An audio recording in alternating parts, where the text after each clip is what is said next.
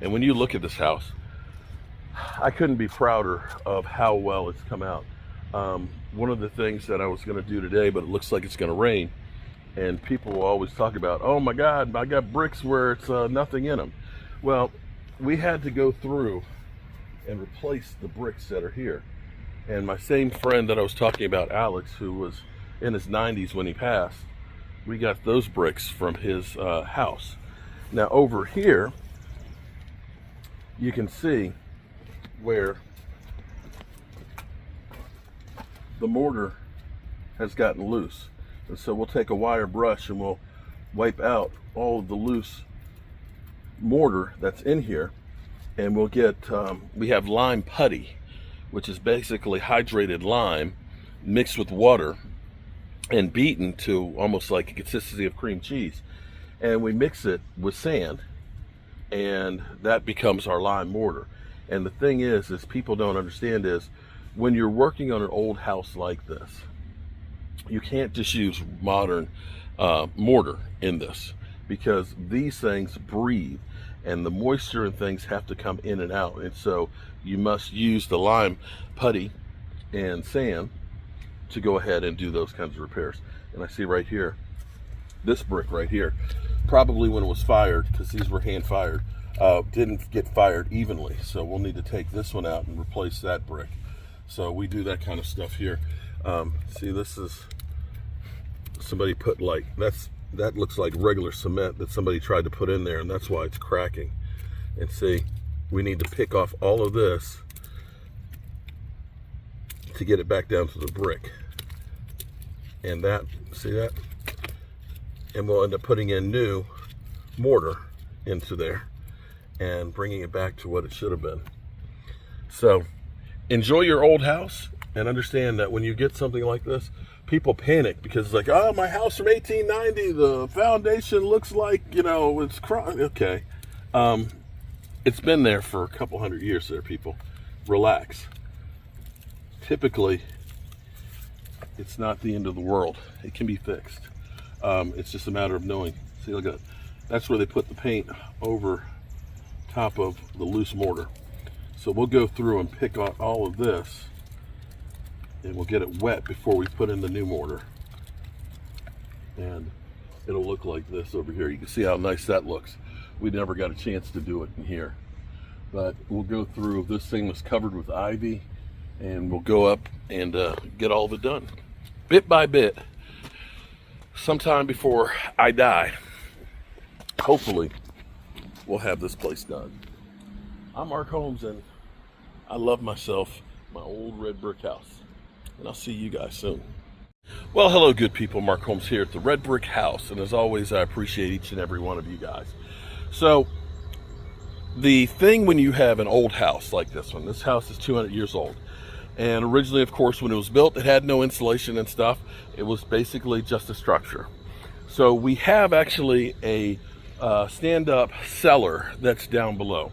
We have insulated the ceiling in there, but it is dirt walls and dirt flooring in there. So you have the moisture problem.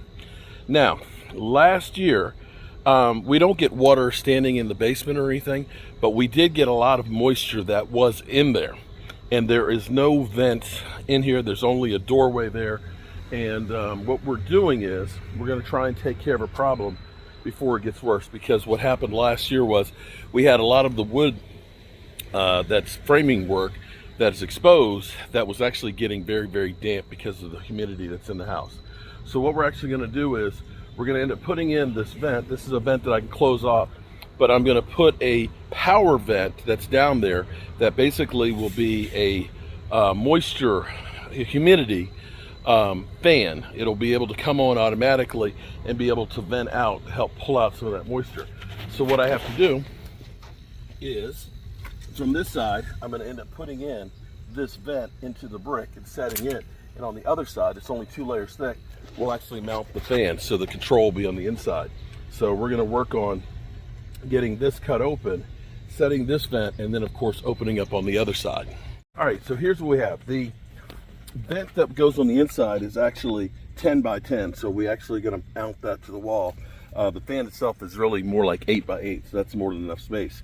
And we've got our space open here, and here we have our vent that's going to go in here. It's going to slide in there, and what we're going to do is we're going to cement and have that have a fall so it'll naturally drain out, and we'll end up parging around it, and that'll give us our vent. And I can tell you right now, opening that up, you can actually feel the air flowing out of it. Now what I do need to do is I need to wet the brick real good before we start cementing it, so that way it'll bond real well. And before I do that, I'm going to get this stuff cleaned up so it won't get all over and get muddy when I put the water on it. But definitely that was easy, and that's going to end up really making a difference. The reason being is, had we not put insulation in the floor, the moisture would have been able to go up through the house and dissipate. But now that there is the insulation in the ceiling, it can't dissipate. So a future solution would be is also to go ahead and pour a concrete floor in the basement with a vapor barrier, which will help to keep it out of there. So we're not having time and money to do that right now, but this is going to be a good solution to help make sure that the wood doesn't get wet and rot out. So I'm going to get this cleaned up and we'll go from there. So there we go. That's our opening, and we'll got it nice and wet right now, and we'll go ahead and let that sit here and get wet, and we'll wet this a couple more times, and we'll end up making some of our lime mortar. And while I'm here, we end up getting, you can see some right here growing. We're going to take some of that mortar and we're going to fill in the space. I'll go ahead and chip out the rest of the root bases there, and hopefully we can keep the plants from trying to take over the place. And I tell you, these hydrangeas, I planted these originally on the front last year, and they looked, they got cooked. I thought they were dead. I moved them here on the side just in hopes of the hostas and things coming back, and I've set up an irrigation hose, and it goes off every 2 days, and they're looking really good. I did find these canna lilies that to me look fantastic. I was going to put them just on the side, but my wife is like, maybe we should put them on the front. So I may go out and get me a couple more of them and put them in, 2 over here and a couple over there. But the side of the house is looking a lot better. And I'm going to say the brick opening that we've done, that actually will look pretty good once we put it in there and get it cemented back up to give it some more strength and things. And while I'm over here, I'm going to probably point up some of the bricks down low that are missing mortar. But this will definitely help us out. So now we do need to set up an outlet up under the house, so that way we have space to be able to just plug this thing in and have it working real good.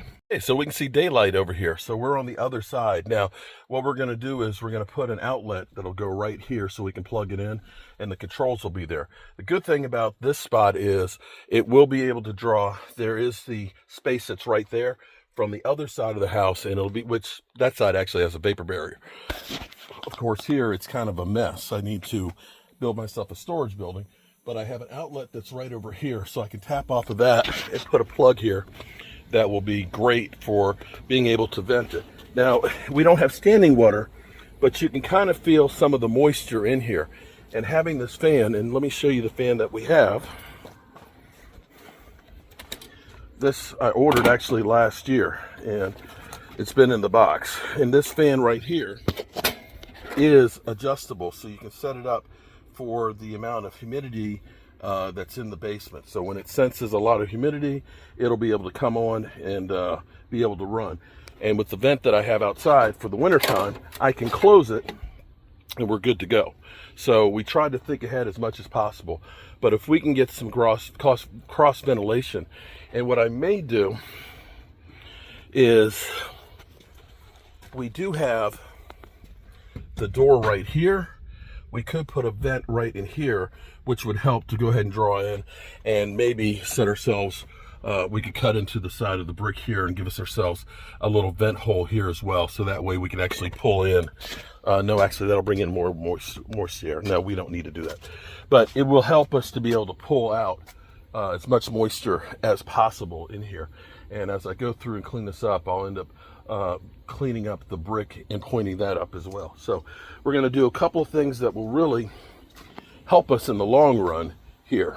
All right, here we go. All right, so this is our fan right here, and you can set it for the humidity or the temperature.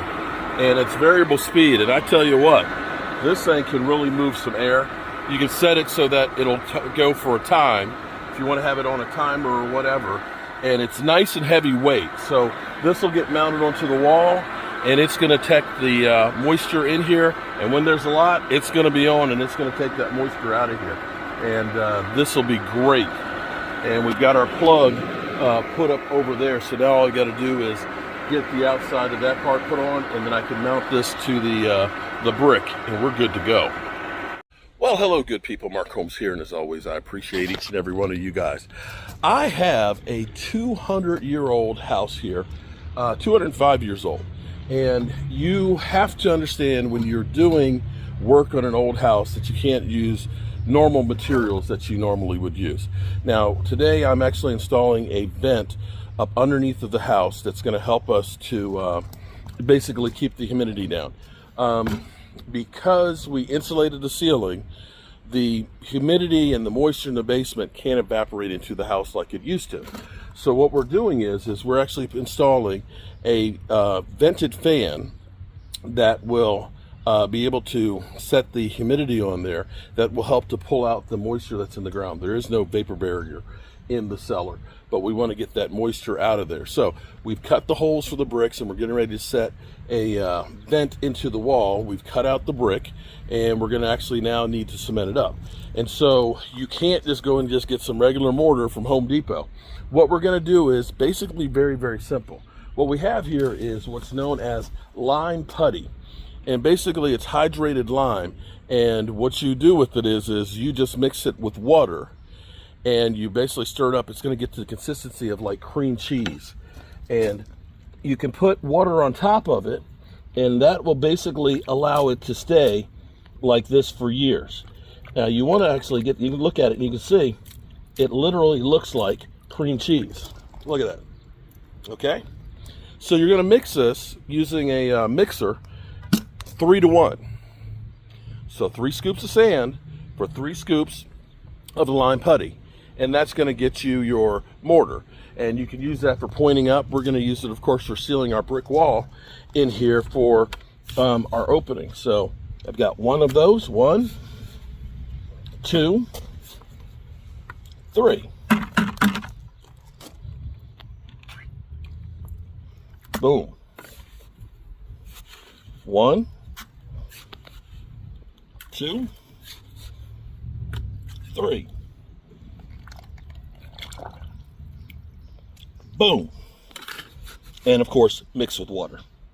1, 2, 3. Ooh, that's a big one. We'll put 4 in there because that's oversized. 1, 2, 3, 4. Now, here's the good thing about this. If you end up mixing up more than you need, what you do is you top it off with water and put a top on it, and you got it good to go till the next time you need it. Dump the water off of it, mix it up again, and you're ready to use it. So I'm going to take this over to the other side where I have my heavy duty drill and a mixer to go ahead and mix it up.